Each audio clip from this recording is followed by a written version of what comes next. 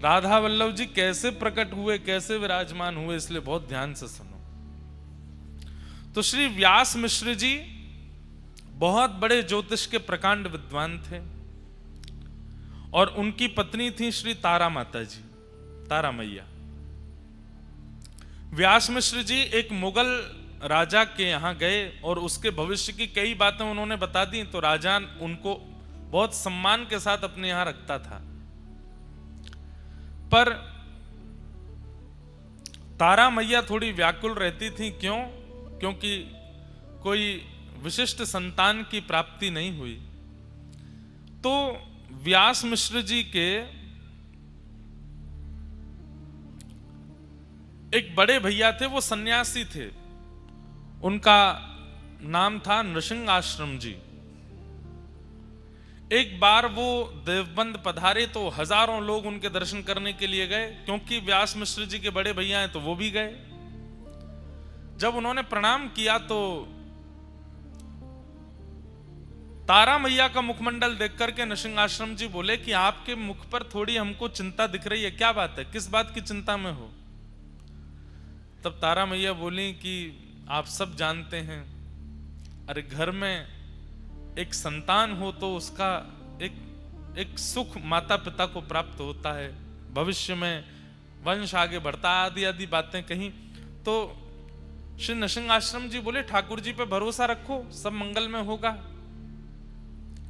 और बाकी अगर तुम चाहती हो कि हम अपने दिव्य दृष्टि से देख के बताएं तो संभवतः आगे कई वर्षों तक और शायद इस जन्म में आपके यहां संतान नहीं है, पर ठाकुर जी पे विश्वास करो, शायद कुछ मंगल में हो। तो उन्होंने एक ऐसी बात कह दी, तो फिर आप जैसे संतों को प्रणाम करने का फल क्या है? जब सब भाग्य से ही मिल जाना है, सब ठाकुर जी की कृपा से ही मिल जाना है, तो संत महापुरुष जब नगर में आते हैं उनको प्रणाम करने का फल क्या मिलेगा? फिर कभी कभी व्यक्ति अपने जीवन से व्यथित होता है तो कुछ इस प्रकार के शब्दों का प्रयोग कर देता है।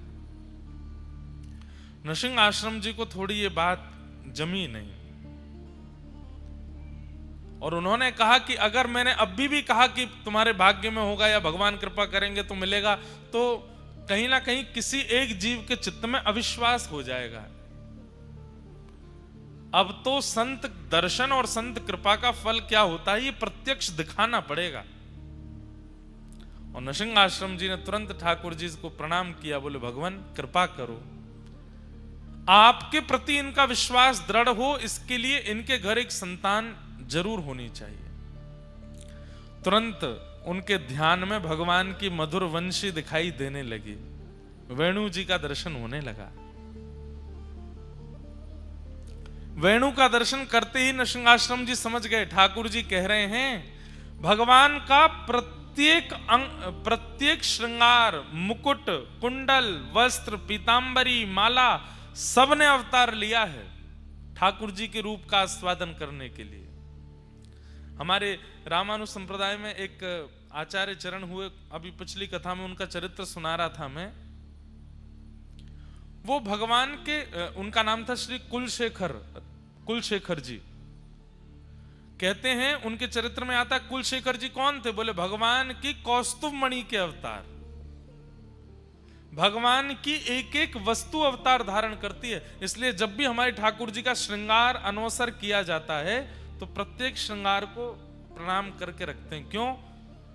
क्योंकि ये सब कोई धागे नहीं है, मोती नहीं है, आभूषण नहीं है, वो रत्न नहीं है, कोई आचार्य चरण ही श्रृंगार बन के ठाकुर जी के कंठ में विराजमान हुए। इसलिए ठाकुर जी के संबंध की हर वस्तु को प्रणाम करके सम्मान के साथ उसको विराजमान। हमारे पुष्टि मार्ग में ठाकुर जी की गादी नहीं बोलते, गादी जी, झारी नहीं बोलते, झारी जी, मुकुट नहीं बोलते, मुकुट जी, वंशी नहीं बोलते, वंशी जी। सब में जी शब्द का प्रयोग क्यों करते हैं?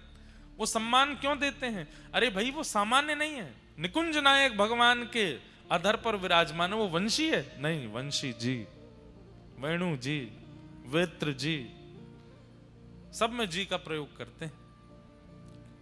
तो भगवान की वंशी जब उनको दिखी तो वो समझ गए कि ठाकुर जी संकेत कर रहे हैं कि हमारी वंशी अवतार धारण करेगी और इन्हीं के यहाँ आएंगे। जा करके कह दिया, बोले कि तारा अब तुम चिंता मत करो, तुम्हारे घर एक दिव्य बालक जन्म लेगा, और मैं संकेत रूप से बता दूं, भगवान के निज परिकर का ही कोई तुम्हारे यहां जन्म लेगा। और बस प्रतीक्षा प्रारंभ हुई, गर्भ धारण हुआ, और गर्भ धारण करते ही, माताएं बहनें थोड़ा ध्यान से सुने, गर्भ धारण के काल में जो 9 महीने का काल है, उन काल में कैसा चिंतन बनता है, कैसे विचार आते हैं, कैसी भाषा हो जाती है, कैसा स्वभाव हो जाता है, उससे बालक के स्वभाव और बालक के विचारों का पूर्ण पता चल जाता है। अगर माता थोड़ी चिड़चिड़ी हो रही है, माता जी को थोड़ा गुस्सा ज्यादा आ रहा है, माता को थोड़ा सा जो है व्यवहार विचारों में परिवर्तन आ गया है, अकेले बैठे बैठे विचारों में कुछ दूषित भावनाएं आ रही हैं, तो संभवतः आपको सत्संग ज्यादा करना चाहिए, क्योंकि वो बालक फिर वैसा ही बन जाएगा। तारा मैया के चरित्र में आता है कि जिस दिन से गर्भ में वंशी अवतार धारण करके आई हैं, उस दिन से ही आज तक वृंदावन नहीं गई दर्शन करने, लेकिन जब सोती हैं तो यमुना जी दिखाई देती हैं, जब सोती हैं तो वृंदा तुलसी दिखाई देती हैं, जब सोती हैं तो गिरिराज पर्वत का दर्शन होता है, जब शयन करती हैं तो ठाकुर जी की मधुर वंशी सुनाई देती है, जब सोती हैं तो मधुर चंदन की सुगंधी आती है। अच्छा, लगभग समस्त दिव्य आचार्यों के चरित्र में आपको यह बात मिल जाएगी कि जन्म से पूर्व उनकी मैया की स्थिति ऐसी होंगी। चैतन्य महाप्रभु वो तो भगवान ही, राधा कृष्ण तनु ही एक भय, तो चैतन्य महाप्रभु प्रकट भय। उनकी माता जी के प्रसंग में भी यही आता है। वो जब नदी स्नान करने के लिए जाती थी, तो ध्यान से सुनिएगा, श्रीमद चैतन्य महाप्रभु की मैया जब नदी स्नान करने के लिए जाती मायापुर में नदिया में, तो कम से कम 2 गांव दूर एक महापुरुष नदी में नित्य तुलसी अर्पण करते थे। तो वो नदी बहती थी ऐसे, लेकिन वो तुलसियां जाती थी उल्टी, और जैसे ही वो मैया आकर के नदी में स्नान करती, वो तुलसियां जाकर के जैसी मैया भीतर प्रवेश करती, उनके गर्भ के चारों ओर तुलसी भ्रमण करने लगती। वो देख करके वो आश्चर्यचकित हो जाती, ये पुष्प तुलसी मेरे गर्भ की परिक्रमा क्यों करते हैं?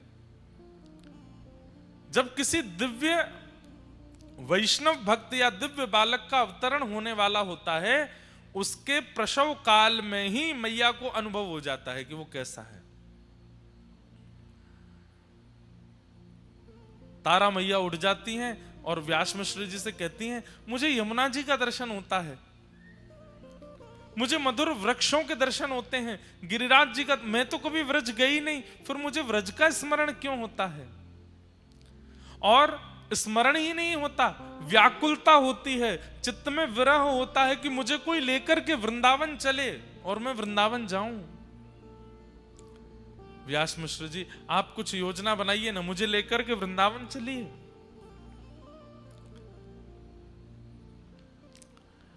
व्यास मिश्र जी बोले, अभी आपके गर्भ में बालक है, ऐसी अवस्था में वृंदावन कैसे? अब तो जिद हो गई, हट हो गया, नहीं वृंदावन जाना है।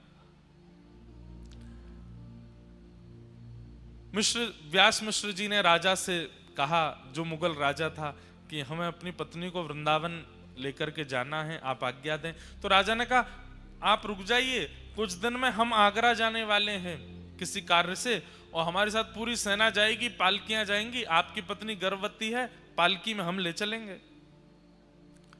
और वो समय आया और व्यास मिश्र जी अपनी पत्नी के साथ वृंदावन गए। जैसे ही वृंदावन गए, वृंदावन का दर्शन करके आनंदित हो गए मैया। संध्या काल का समय हुआ, वृंदावन से निकलने के लिए जैसे ही उद्भत हुए, आगरा के लिए जा रहे थे, व्रज की सीमा पार नहीं कर पाए,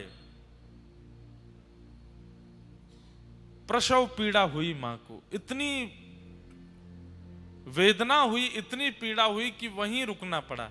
अब जो जहां पर हमारे महाप्रभु जी का प्राकट्य हुआ, हितरवंश महाप्रभु का बाद गांव, वो व्रज का अंतिम गांव है। उसके बाद फिर आगरा की सीमा लग जाती है संभवतः, और व्रज विश्राम हो जाता है। वहीं पहुंची है मैया, पालकी वहीं रखनी पड़ी। सबने कहा क्या हुआ, तो प्रसव पीड़ा हो रही थी। मैया को लेकर के पास के गांव में गए, उसी को बाद गांव कहते हैं। वहां ले जाकर के ग्रामवासियों ने मैया को घेर लिया और राजा से कहा आप अपने कार्य से आगरा जाइए, अब हम तो आगे की यात्रा नहीं कर पाएंगे, हमें यहीं रुकना पड़ेगा। ठाकुर जी ने कैसी योजना बनाई कि आचार्य चरण का प्रादुर्भाव व्रज से बाहर ना हो, व्रज में ही हो जाए। और पावन तिथि आई और बाद गांव में श्री ठाकुर जी के वंशी के अवतार हितरवंश महाप्रभु का प्रादुर्भाव हुआ, प्राकट्य हुआ। नाम उनका हरिवंश रखा गया, हरिवंश बालक। अच्छा, नाम भी हरिवंश क्यों रखा गया? हरिवंश इसलिए रखा गया क्योंकि इनका वंश आगे बढ़ नहीं रहा था। व्यास मिश्र जी का वंश आगे बढ़ नहीं रहा था, लेकिन इनके बड़े भैया ने कहा कि हरि तुम्हारा वंश बढ़ाएंगे आगे, तुम्हारा वंश आगे है नहीं। ज्योतिष शास्त्र के अनुसार और तुम्हारे माथे की रेखा से तुम्हारा वंश आगे बढ़ने वाला नहीं है, पर हरि तुम्हारा वंश आगे बढ़ाएंगे, इसलिए इसी संबंध से अपने बालक का नाम रखना। तो उन्होंने नाम ही बालक का रखा हरिवंश, श्री हरिवंश, बालक हरिवंश। हरिवंश बालक का जन्म हुआ, भगवान के वंशी के अवतार। बंधुओं, ठाकुर जी के वंशी के अवतार श्री हितरवंश महाप्रभु और किशोरी जी के वंशी के अवतार श्री वंशी अली जी महाराज, जिनका प्राकट्य दिल्ली में हुआ। उनका चरित्र भी हमने सुनाया है। भगवान की कृपा से आचार्यों के चरित्र कहते ही रहते हैं, इतना सुख मिलता है। ठाकुर जी के वंशी प्रकट हुए हरिवंश महाप्रभु के रूप में। धीरे धीरे आप बड़े होने लगे। आपकी जो चेतनाएं थी, आपकी जो इच्छाएं थी, वो बड़ी सामान्य बालकों से विलग।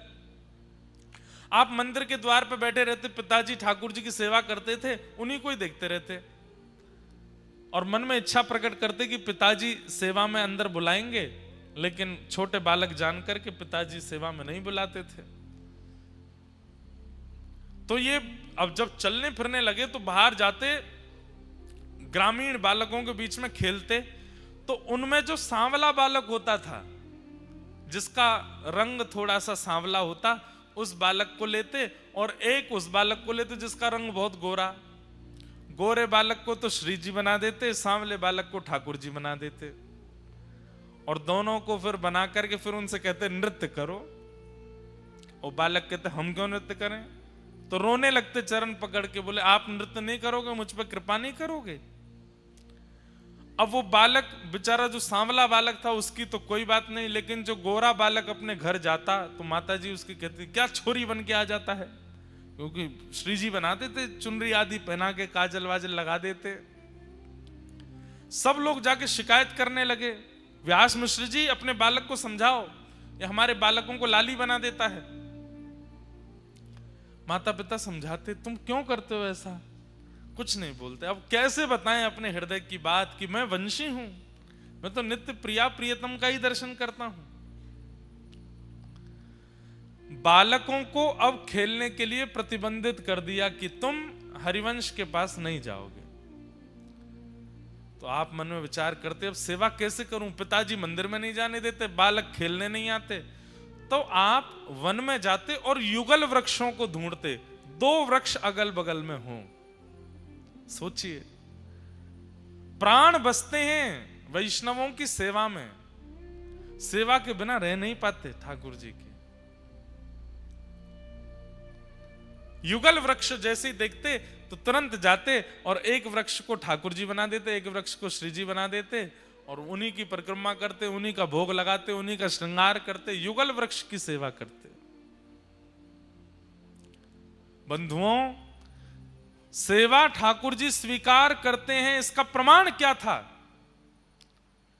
कि पिताजी ने 56 भोग धरे हैं मंदिर के ठाकुर जी के आगे, और 56 भोग धरने के बाद जैसे ही पर्दा किया, यहां हरिवंश बालक बाहर जाते और बाहर ठाकुर जी को जाकर के फल का भोग पधराते। यहां पिताजी जैसे ही आके पर्दा हटाते, 56 भोग अंतर ध्यान हो जाते, फल प्रकट हो जाते मंदिर के ठाकुर जी के सामने। क्यों? ठाकुर जी वो पाते जो हरिवंश बालक पवाता था। ऐसी आपकी सेवा स्थिति होने लगी। एक दिन आप इतने व्याकुल हो गए, बोले नाथ मुझे प्राप्त नहीं होगे, मुझे मिलोगे नहीं। तभी ठाकुर जी ने स्वप्न आदेश किया कि तुम्हारे घर के पीछे कुआं है, उसमें हमारा स्वरूप है, जाओ ले लो। नींद से उठते ही दौड़े और दौड़ करके कुआं में ही कूद गए। सब लोगों ने देखा, पीछे पीछे दौड़े, हरिवंश बालक कुआं में गिर गए, हरिवंश बालक कुआं में गिर गए। दौड़ करके जाकर के देखा तो उस कुएं में जल नहीं था, लेकिन जैसे ही सबने झांक करके देखा, श्री नवरंगी लाल ठाकुर जी आज भी देवबंद में विराजमान हैं, उनको हृदय से लगाए श्री हरिवंश बालक बैठे हैं। और जिस कुएं का जल सूख गया था, अपने आप उसमें जल आ गया और वो जल की परत ठोस हो गई और हरिवंश बालक को लेकर के ऊपर की ओर आ रही थी। ये दृश्य देख करके सब गांववासी चौंक गए और श्री नवरंगी लाल जी विराजमान हुए। बोले राधा नवरंगी लाल की। इनका विवाह हो गया और रुक्मणी बाई जी के साथ में इनका विवाह हुआ, जिनसे प्रथम पुत्र हुए जिनका नाम हुआ श्री वनचंद्र जी। हम लोग गा रहे थे जय जय राधा वल्लभ श्री हरिवंश श्री वृंदावन श्री वनचंद्र।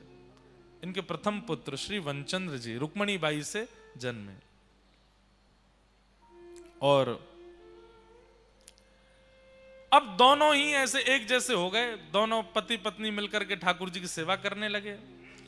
कुछ समय व्यतीत हो जाने के बाद, मैं सूक्ष्म में ही सुना रहा हूं, बहुत बड़ा चरित्र, 3 दिन लगते हैं बोलने में। धीरे धीरे अब आपका मन विरक्ति होने लगा कि अब बहुत दिन हो गए, अब ब्रज से दूर रह नहीं पा रहा मैं। अच्छा, आपका जन्म हुआ, जन्म के बाद फिर वापस माता पिता आपको लेके देवबंद आ गए थे।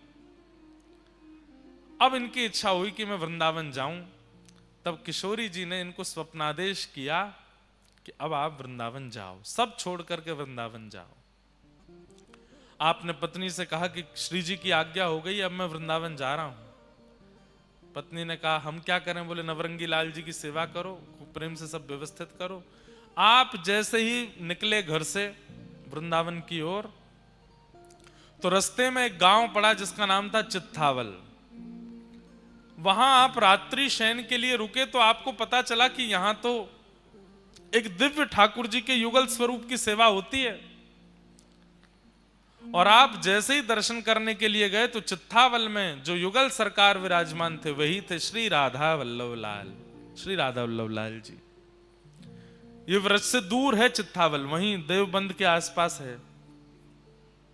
आत्मदेव नाम के ब्राह्मण रहते थे। उन आत्मदेव ब्राह्मण ने शंकर जी की आराधना की। सब लोग इधर देखो, ध्यान से सुनो। और शंकर जी की इतनी आराधना की कि शंकर जी प्रसन्न होकर प्रकट हो गए और प्रकट होकर के बोले वरदान मांगो, क्या चाहिए? तो आत्मदेव जी बोले आपके हृदय को जो सबसे प्रिय लगता हो वो मुझे दे दो। शंकर जी बोले ये क्या मांग लिया आपने? बोले अब तो वही चाहिए जो आपके हृदय को सबसे प्रिय है। तो महादेव श्वेत द्वीप गए और जिन ठाकुर जी की सेवा स्वयं महादेव अपने हाथ से करते हैं, उन श्री राधा वल्लभ लाल जी को ला करके आत्मदेव को प्रदान किया। ये राधा वल्लभ जी कौन है? महादेव के ठाकुर जी हैं। इसलिए हम कभी कभी कहते हैं कि महादेव के मंदिर में जाओ, हमारे सोमनाथ महादेव के पास जाओ और जाकर के पहले खूब कह दो ओम नमः शिवाय, खूब कह दो नमः पार्वती पतये हर हर महादेव, खूब जो शिव जी की आराधना करते हो जिस प्रकार से सब कह लो, अपनी पहले पूरे मन की सारी इच्छाएं कर लो। लौटते समय हमारी कही एक बात मान लो, जब आप मंदिर से दर्शन करके लौटो तो अंतिम बार जब देख रहे हो वापस निकलने से पहले, तब एक बार कह दो बोलो श्री राधा वल्लभ लाल की। महादेव प्रसन्न हो जाते हैं। क्यों? उनकी सेवा के ठाकुर जी हैं राधा वल्लभ जी। कथा आती है कि एक बार नारद जी और गरुड़ जी दोनों को अपने ऊपर अभिमान हो गया कि हमसे बड़ा कोई भक्त नहीं है। तो ठाकुर जी ने आज्ञा की कि चलिए एक काम कीजिए। बोले क्या? श्वेत द्वीप घूम के आओ। 7 द्वीप है ना, हम लोग जिस द्वीप में रहते हैं उसको जम्बू द्वीप कहते हैं, ऐसे एक श्वेत द्वीप है। श्वेत द्वीप जाओ और वहां के भक्तों का दर्शन करके आओ। तो श्वेत द्वीप जब नारद जी और गरुण जी पहुंचे तो वहां इन्होंने क्या देखा? राधा वल्लभ लाल जी मंदिर में विराजमान हैं, देवादिदेव महादेव सुंदर आरती उतार रहे हैं, घंटे घड़ियाल बजा रहे हैं। कार्तिकेय जी और श्री गणपति जी सुंदर भोग सामग्री उठा उठा करके ला रहे हैं, राधा वल्लभ जी के सन्मुख पधरा रहे हैं। पार्वती जी सुंदर सामग्री सिद्ध कर रही हैं और लाखों की तादाद में वैष्णव खड़े होकर के राधा वल्लभ जी का दर्शन कर रहे हैं। महादेव मुख्य पुजारी बन करके राधा वल्लभ जी की सेवा कर रहे हैं श्वेत द्वीप में। दूर खड़े होकर के नारद जी और गरुण जी इसका दर्शन कर रहे थे। जैसे ही आरती पूरी हुई, आरती के बाद कपाट बंद हुए। कपाट बंद होते ही जितने दर्शनार्थी थे सब मूर्छित होकर गिर पड़े। केवल 2 खड़े रह गए। कौन? नारद जी और गरुण जी। अब ये दोनों एक दूसरे को चेहरा देखें, ये क्या हुआ? ये सब एक साथ मूर्छित हो गए। सबके पास जाकर के श्वास देखी, नब्ज देखी तो सबके प्राण जा चुके हैं। ये तो घबरा गए नारद जी। बोले ये क्या हो गया? थोड़ी देर में शंकर जी फिर आए और फिर से जैसे ही कपाट खोले, कपाट खुलते सब पुनः जीवित होके खड़े हो गए। नारद जी ने जाके शंकर जी को प्रणाम करके कहा, भगवान ये कैसी लीला? बोले भैया किसी के प्राण अन्न में बसते हैं, किसी के धन में बसते हैं, किसी की वायु में बसते हैं, किसी के जल में बसते हैं। श्वेत द्वीप के दर्शनार्थियों के प्राण राधा वल्लभ जी में बसते हैं। जब राधा वल्लभ जी सामने होते हैं तो ये जीवित रहते हैं और जैसे ही राधा वल्लभ जी के दर्शन अनवसर होते हैं इनके प्राण निकल जाते हैं। तब नारद जी का अभिमान भंग हुआ कि मैं भक्त हूं। भैया ठाकुर जी को देखे बगैर मैं तो खूब जीवित रह लेता हूं, मैं कैसा भक्त? भक्त तो ये हैं जो ठाकुर जी को देखे बिना एक क्षण रह ही नहीं पाते, जीवित ही नहीं रहते। वो महादेव के सेवा के ठाकुर जी राधा वल्लभ जी, जब आत्मदेव ब्राह्मण ने कहा अपनी हृदय की सबसे प्रिय वस्तु दो, तब महादेव राधा वल्लभ जी को ला करके आत्मदेव ब्राह्मण को दिया और चित्तावल ग्राम में आत्मदेव उन्हीं राधा वल्लभ जी की सेवा करते। आज जैसे ही हितरवंश महाप्रभु वहां पहुंचे, ठाकुर जी को जैसे ही देखा, ठाकुर जी ने अपने नैन मटकाने शुरू किए। मूर्तिमंत ठाकुर जी ऐसे ही रहते हैं, लेकिन हितरवंश महाप्रभु के आते ही उन्होंने अपने नेत्रों को ऐसे ऐसे घुमाया। अरे ये तो बड़े प्यारे ठाकुर जी हैं, नैन मटका रहे हैं मुझे देख के। जय जय कछु आज्ञा है। ठाकुर जी ने तुरंत हृदय में प्रकट होकर के आज्ञा करी, आप मेरे वंशी के स्वरूप हो। ये आत्मदेव जी हमको शंकर जी से ले तो आए अपने पास, पर हमारी इच्छा है कि अब हम वृंदावन में विराजमान हों। इसीलिए हमने आपका घर छुड़वा करके आपको वृंदावन जाने की आज्ञा करी और रास्ता में आप भटकते हमारे पास ही आए। अकेले मत जाओ, हमको लेकर के जाओ वृंदावन। अब सुनिए बात आगे, तो सुनिए ठाकुर जी कैसी लीला करते हैं। तो हितरवंश महाप्रभु बोले चलेंगे आप वृंदावन? बोले हाँ हम तो तैयार बैठे हैं। बोले ये हमारे सेवक हैं, पास में अभी आएंगे बाहर निकल के, आत्मदेव, इनसे हमको मांग लेना। और सुनो एक काम और करना है। बोले क्या? इनकी 2 बेटियां, उन दोनों से ब्याह और कर लेना। बोले कि मैं तो विवाहित हूं और अपनी पत्नी आदि सबको छोड़ छाड़ के आया हूं। ठाकुर जी बोले हमारी आज्ञा है, माननी तो पड़ेगी। अब वृंदावन में तुम हमको विराजमान कर दोगे, ब्रह्मा सेवा कौन विस्तार करेगा? और ये आत्मदेव जी ऐसे नहीं देंगे हमको, इनकी पुत्रियों से विवाह करना पड़ेगा। तो इतना कह ही रहे थे, इतने में ही आत्मदेव जी आ गए। ठाकुर जी पुनः खड़े हो गए ऐसे। आत्मदेव जी आकर के बोले कहिए भगवान, बड़ी कृपा, आप पधारे। अच्छा, ठाकुर जी भी एक साथ 2 रोल कर लेते हैं। यहां हितरवंश महाप्रभु से क्या कह रहे हैं कि आत्मदेव जी आए, उनसे हमको मांग करके ले जाना, इनकी बेटियों से ब्याह कर लेना। और वहां भीतर आत्मदेव के सामने भी प्रकट हो गए और उनसे कह रहे हैं सुनो, अब हमारी व्रज जाने की इच्छा है बाहर एक सेवक आए हैं हितरवंश महाप्रभु, इनको हमें प्रदान कर दो। आत्मदेव जी बोले मैं आपके बिना कैसे रहूंगा। ठाकुर जी बोले हम प्रकट होकर दर्शन दे रहे हैं ना, ये दर्शन तुम्हारी स्थिति में सदा रहेंगे। आत्मदेव जी बोले एक और प्रार्थना सुन लीजिए। बोले क्या? मैं आप चले जाएंगे तो मेरी जीविका कैसे चलेगी? मंदिर से ही मेरा घर चलता है, मेरी 2 बेटियां हैं, बेटियों का पिता हूं, कैसे निर्वन, इनका ब्याह आदि करना है, सब कैसे होगा? ठाकुर जी बोले वही तो व्यवस्था हमने कर दी है, बाहर जो आए हैं उनसे अपनी दोनों बेटियों का ब्याह कर दो, और ब्याह करने के बाद भाई बाहर कहीं ब्याह करोगे तो दहेज मांगेंगे, तुमको देना पड़ेगा, इनको दहेज रूप में हमको दे देना, हमको दहेज में दे दो। कैसे ठाकुर जी की लीला, दोनों जगह आज्ञा कर दी। यहां आत्मदेव जी गए, यहां से हरिवंश महाप्रभु बोले हमको आपसे एक जरूरी बात करनी है। आत्मदेव जी बोले हमको भी बहुत जरूरी बात करनी है।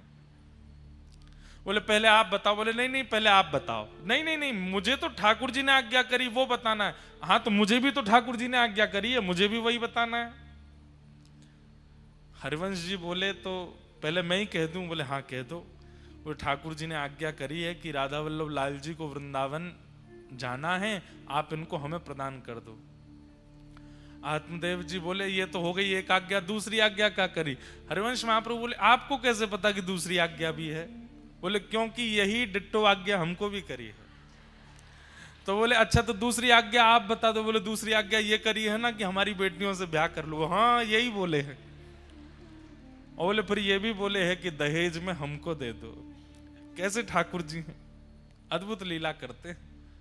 महाप्रभु जी ने दोनों कन्याओं से विवाह कर लिया। उनके नाम कृष्णदासी और मनोहारी दासी, उन दोनों से विवाह किया और दहेज में मिले श्री राधा वल्लभ लाल जी।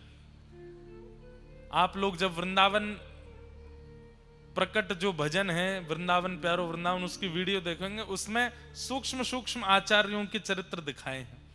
उसमें जब आप देखोगे तो आप राधा वल्लभ जी का प्रसंग देखना, आज देखना जाके कैसे महाप्रभु जी विराजमान होते हैं।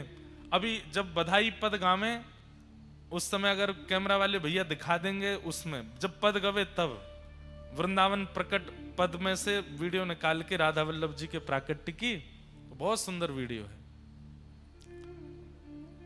ठाकुर जी बढ़िया बैलगाड़ी में विराजमान भये, दोनों कृष्णदासी और मनोहारी दासी दोनों पत्नियों को विराजमान करके हितरवंश महाप्रभु राधा वल्लभ जी को लेकर के, और इतना ही नहीं खूब धन धान्य दिया, खूब संपत्ति प्रदान की। लाल जी जा रहे हैं वृंदावन, खूब बढ़िया ठाट से विराजेंगे। श्री हितरवंश महाप्रभु ठाकुर जी को लेकर के पहले वृंदावन पधारे, वृंदावन की सीमा पे ही रुक गए। वृंदावन बंधुओं, उस काल में जब राधा वल्लभ लाल जी विराजे थे, उस काल में भय का केंद्र था। क्या था? दिल्ली से आगरा जाने वाले लोग वृंदावन से सोचते थे दिन ही दिन में निकल लो, शाम नहीं होनी चाहिए। क्यों? बड़े बड़े चोर डकैत आदि आदि सब रहते थे वृंदावन। और एक और बात, आगरा से दिल्ली और दिल्ली से भी आगे तक बड़े बड़े जहाज यमुना जी में चलते थे। खूब विशाल स्वरूप था यमुना जी का। तो खूब बड़े बड़े व्यापारियों का व्यापार जहाज के द्वारा, आपके गुजरात में है ना मुंद्रा पोर्ट है और भी हैं। उस समय पर वृंदावन भी एक पोर्ट था, बहुत बड़ी यमुना जी थी, तो जहाज जाते थे बड़े बड़े। और वृंदावन में जो जहाज तनिक रुक जाता था उसको लूट लिया जाता था। ऐसी स्थिति थी वृंदावन की जब राधा वल्लभ जी पधारे। उस काल में श्री हितरवंश महाप्रभु पधारे और आपने आकर के मन में विचार किया कि अब ठाकुर जी को कहां विराजमान करें। तब आप पूरे वृंदावन में घूमे और सब जगह ढूंढते ढूंढते ढूंढते तभी पहुंचे ऊंची ठौर।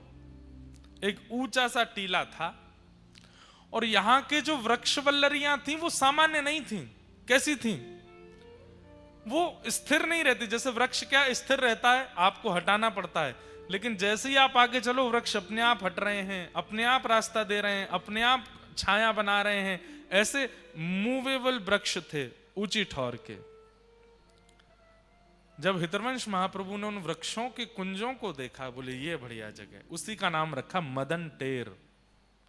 और श्री राधा वल्लभ लाल जी को लेकर के श्री हितरवंश महाप्रभु जी ने आज ही के दिन वहां विराजमान किया। बोलो राधा वल्लभ लाल की, एफ ले लो। और जब प्रथम बार श्री हितरवंश महाप्रभु का चरित्र कहा था, तब ठाकुर जी श्री राधा वल्लभ लाल जी के विराजमान के लिए ये एक बधाई प्रकट करके गाई थी। वही बधाई आज गा देते हैं। आप सब लोग भी खूब भाव से राधा वल्लभ लाल जी को प्रणाम करना।